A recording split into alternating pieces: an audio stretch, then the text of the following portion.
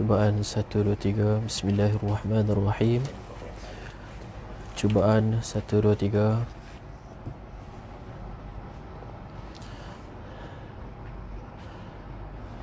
Dengar dalam ni boleh kan?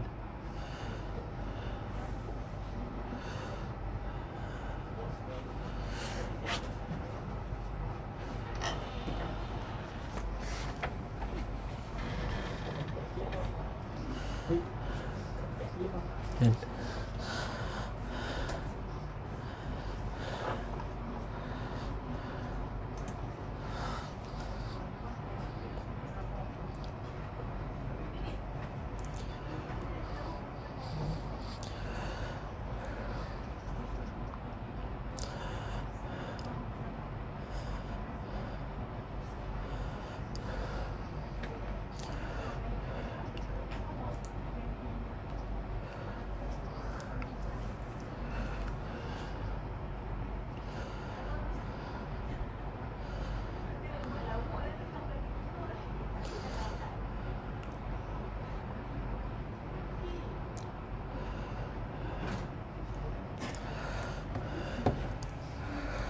Baik, Assalamualaikum warahmatullahi ta'ala wabarakatuh. Alhamdulillahi rabbil alamin. Wassalatu wassalamu ala ashrafil anbiya'i wal mursalin Sayyidina Muhammad wa ala alihi wa sahbihi ajma'in. Qala rabbi syrah li sadri wa yassir li amri wahlul 'uqdatam min lisani yafqahu qawli. Amin. Ba'da a'udzu billahi minasyaitonir rajim. Bismillahirrahmanirrahim. قد أفلح المؤمنون الذين هم في صلاتهم خاشعون والذين هم عن اللغو معرضون والذين هم للزكاة فاعلون. صدق الله العظيم. اللهم سهلا إلا ما جعلته سهلا وأنت تجعل الحزن إلا شئت سهلا برحمتك يا أرحم الراحمين. اللهم أعذنا على ذكرك وشكرك وحسن عبادتك. اللهم آمين. Baik. Alhamdulillah kita bersiaran langsung dalam program Ceria Duha pada hari ini. Tuan-tuan dan puan-puan, insya-Allah kita akan membincangkan satu topik yang ringan saja hari ini, insya-Allah, kelebihan berselawat dan amalan-amalan yang dipermudahkan urusan, insya-Allah. Sahabat-sahabat semua sihat, no? Alhamdulillah. Baik. Saya akan membicarakan tentang antara kelebihan-kelebihan selawat dan selawat tafrijiyah. Selawat tafrijiyah.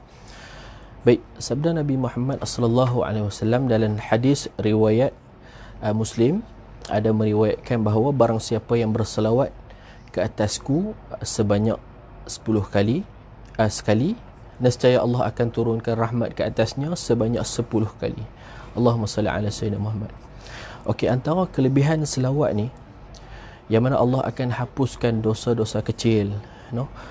Dengan kita, amalan kita berselawat 11 kali setiap hari, no? Dengan selesai kita menunaikan solat fardu, dan dalam selawat juga ada penawar, no? Ada penawar dari segi kita nak buat perubatan ke, kan, insya-Allah. Sebab Allah dah bagi kita kelapangan untuk kita sentiasa berselawat kepada Nabi junjungan besar Nabi Muhammad sallallahu alaihi wasallam.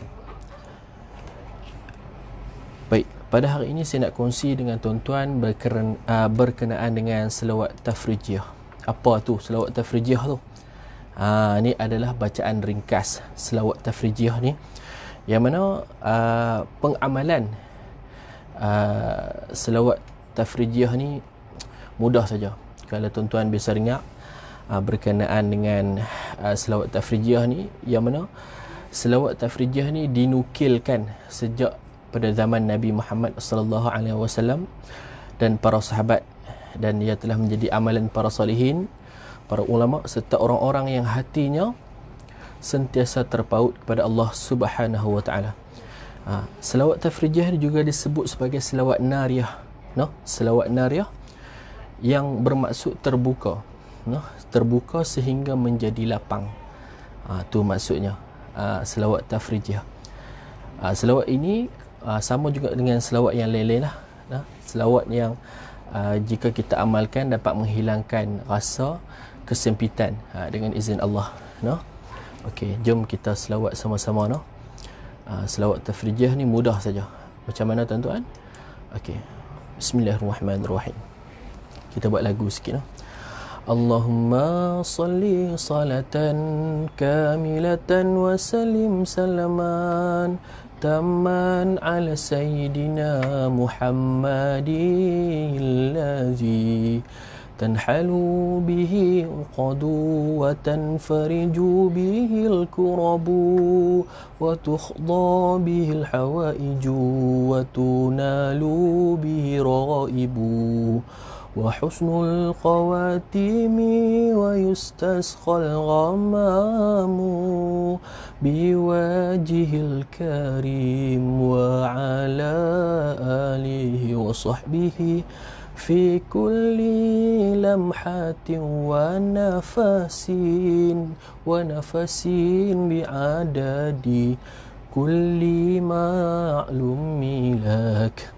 Okey, Allahumma salli salatan kamilatan. Ya Allah, berilah restu dan kesejahteraan yang sempurna kepada junjungan kami Nabi Muhammad sallallahu alaihi wasallam, tamman ala sayyidina Muhammad alladhi tanhalu bihil uqad.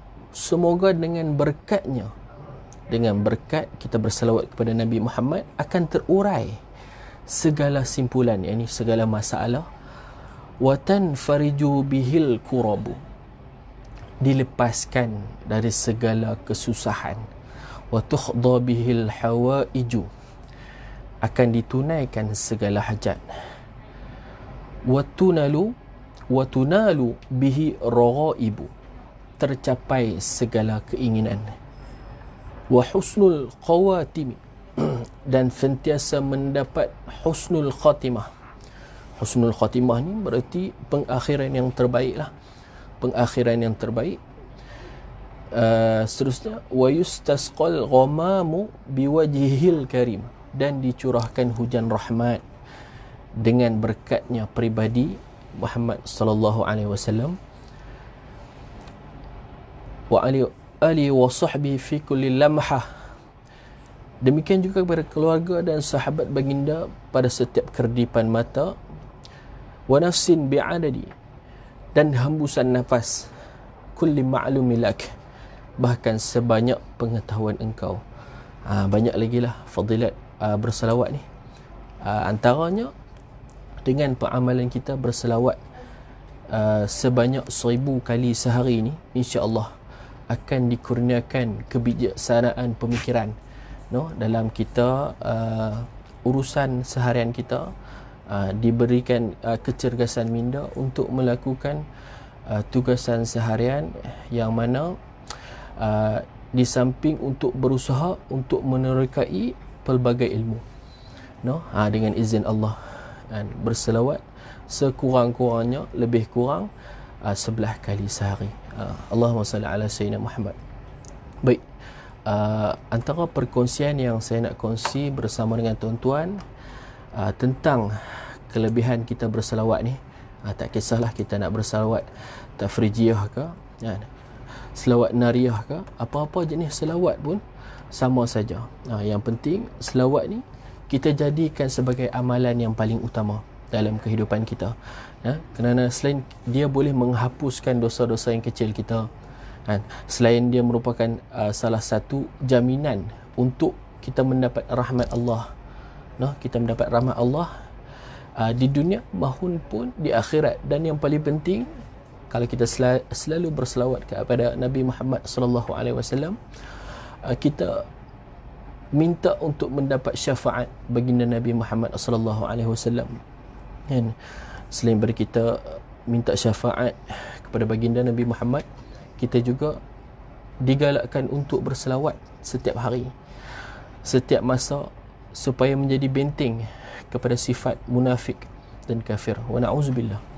Dan antara fadilat kita berselawat ni adalah selain daripada kita dapat selamat daripada huru-hara hari kiamat, no? Dan selawat juga menjadi punca ataupun asbab hajat kita dimakbulkan, doa kita dimakbulkan, dan amalan baik kita diterima Allah Subhanahu wa taala. Antara fadilat selawat ni, dia menjadi tiket untuk kita mudah masuk syurga, no? Menjadi tiket untuk kita terlepas daripada perhisaban, iaitu mizan kita tu yang rumit, kan. Dan antara fadilat besar selawat ni, dia boleh menggantikan sedekah kita, no? Bagi mereka yang tak mampu bersedekah lah, no? Bagi mereka yang tak mampu bersedekah, kan. Okay. Banyak lagi kelebihan-kelebihan selawat. Dalam surah Al-Ahzab ayat 56, Allah Ta'ala menggariskan bahawa sesungguhnya Allah dan para malaikat berselawat ke atas Nabi Muhammad sallallahu alaihi wasallam, dan wahai orang yang beriman, berselawatlah kamu ke atas Nabi dan ucapkanlah salam perhormatan ke atasnya dengan sebenar-benarnya. Surah Al-Ahzab, Allah Ta'ala merakamkan bahawa kita kelebihan selawat tu banyaklah. Banyak jika kita nak buat pengamalan dari segi kehidupan seharian kita, no? InsyaAllah. Baik, antara amalan-amalan yang lain yang diamalkan oleh para alim ulama, yang sesiapa yang berselawat sebanyak 41 kali dalam sehari ini, insya-Allah akan dihindarkan daripada sifat dengki, tercela, daripada sifat hasad dengki dalam diri dan sebagainya. Dan insya-Allah, dan kelebihan-kelebihan selawat ni kita tak nampak. Kita tak nampak sebab apa? Fama mata'ul hayatid dunya illa khalil. Kan? Kesenangan di dunia ni sikit sangat kalau kita nak bandingkan dengan kesenangan akhirat, kan? Kita duk nampak dengan selawat ni biasa saja, kan? Kita pun rasa macam kalau tak selawat pun tak apa. Tak. Sebabnya banyak kelebihan selawat, no? Allahumma salli ala sayyidina Muhammad. Jadi insya-Allah kita buatlah amalan untuk diri kita, untuk keluarga kita, sahabat-sahabat kita, supaya kita perbanyakkan selawat ke atas junjungan besar Nabi Muhammad sallallahu alaihi wasallam. Okey, antara yang lain yang saya ingin kongsikan kepada tuan-tuan dan puan-puan dan sahabat-sahabat sempena program Ceria Duha adalah amalan-amalan yang dipermudahkan urusan. Selain kita berselawat, sedekah juga banyak membantu kita dalam kita melangsungkan kehidupan seharian kita. Contohnya kita main kerja pagi-pagi, kan. Pagi-pagi tu kita banyakkan sedekah, kan. Lo ni mudah lah, handphone pun ada, kan.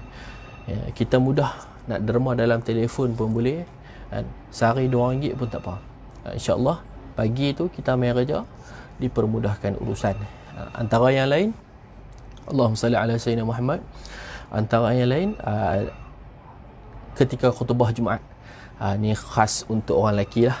Ketika khutbah Jumaat, di antara khutbah pertama dan khutbah kedua tu, kan, di antara khutbah pertama dan khutbah kedua tu, bacalah salamun qawlan min rabbir rahim, Allahumma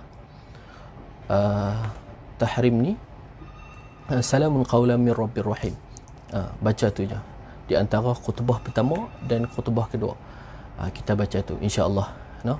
Insya-Allah Allah mudahkan segala urusan kita dan dilancarkan apa yang kita rasa rumit dalam kehidupan kita, insya-Allah. Antara yang lain yang saya ingin kongsikan kepada tuan-tuan dan puan-puan pada hari ini berkenaan dengan masih dalam selawat, kelebihan selawat ni, kan, yang mana kita rasa kehidupan kita sentiasa sedih, sentiasa sulit, serta bahaya yang menimpa diri kita, kita perbanyakkanlah selawat dan istighfar, dan Allah akan memudahkan segala urusan kita dan dipancarkan nur cahaya dalam hati, juga ditinggikan martabatnya. Kita boleh nampak orang yang sentiasa berselawat, sentiasa beristighfar, nur cahaya muka dia tu lain, no? Dan dilindungi dari segala bencana dan malapetaka, no? Malapetaka ni, bencana ni, macam contoh kita sekarang ni, bencana yang melanda negara kita, melanda dunia adalah COVID-19 lah, no? Jadi sentiasalah bersalawat dan beristighfar kepada Allah dan junjungan besar Nabi Muhammad sallallahu alaihi wasallam. Kan? Hati kita ni sentiasa dicintai semua orang. Nah, bila kita bersalawat, mana kata orang nampak kita ni, orang akan rasa tenang, kan? Sebab apa? Sebab kita sentiasa bersalawat kepada junjungan besar Nabi Muhammad sallallahu alaihi wasallam.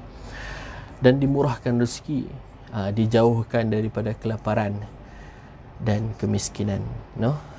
InsyaAllah.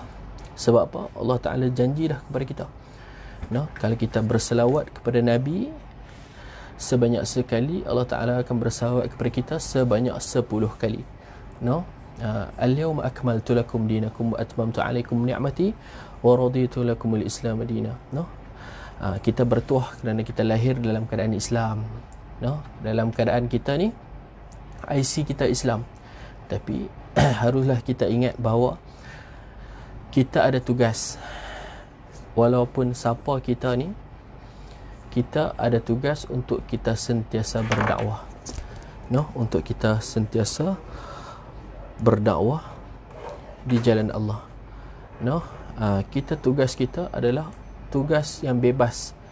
Kita bebas nak berdakwah, sebab dakwah ni merupakan salah satu kewajipan kepada umat Islam, no? Banyak lagi orang yang bukan Islam yang nak tahu pasal Islam ni macam mana, no? Atamuruna bil ma'ruf wa yanhauna 'anil munkar, no? Kita bagi tahu pasal Islam kita tahu bagi tahu pasal macam mana nak masuk Islam, and macam mana agama kita ni merupakan agama yang syumul, no? Tugas wajib kepada semua kita untuk cari mad'u kita tu. Siapa sasaran dakwah kita? Tak kiralah kita ni engineer ke, tak kiralah kita ni, orang kata kita ni bukan dalam bidang agama sekalipun, no? Tugas kita adalah untuk menyampaikan, balighni walau ayat, sampaikanlah walau satu ayat, no? InsyaAllah Allah akan mudahkan segala urusan kita. Allahumma salli ala sayyidina Muhammad. Jadi saya rasa sedikit sebanyak perkongsian kita dalam program Ceria Duha pada hari ini. Moga-moga sama-sama kita perbaiki segala amalan kita. Yang mana yang buruk tu kita tinggalkan, yang mana yang baik tu kita sama sebar-sebarkan. InsyaAllah. Saya rasa cukup setakat itu saja perkongsian duha saya pada hari ini. Yang baik itu datang daripada Allah, dan yang kurang itu datang daripada kelemahan diri saya sendiri. Saya rasa cukup setakat itu saja. Aqulu qawli hadza wa astaghfirullahal azim li wa lakum. Wassalamualaikum warahmatullahi taala wabarakatuh.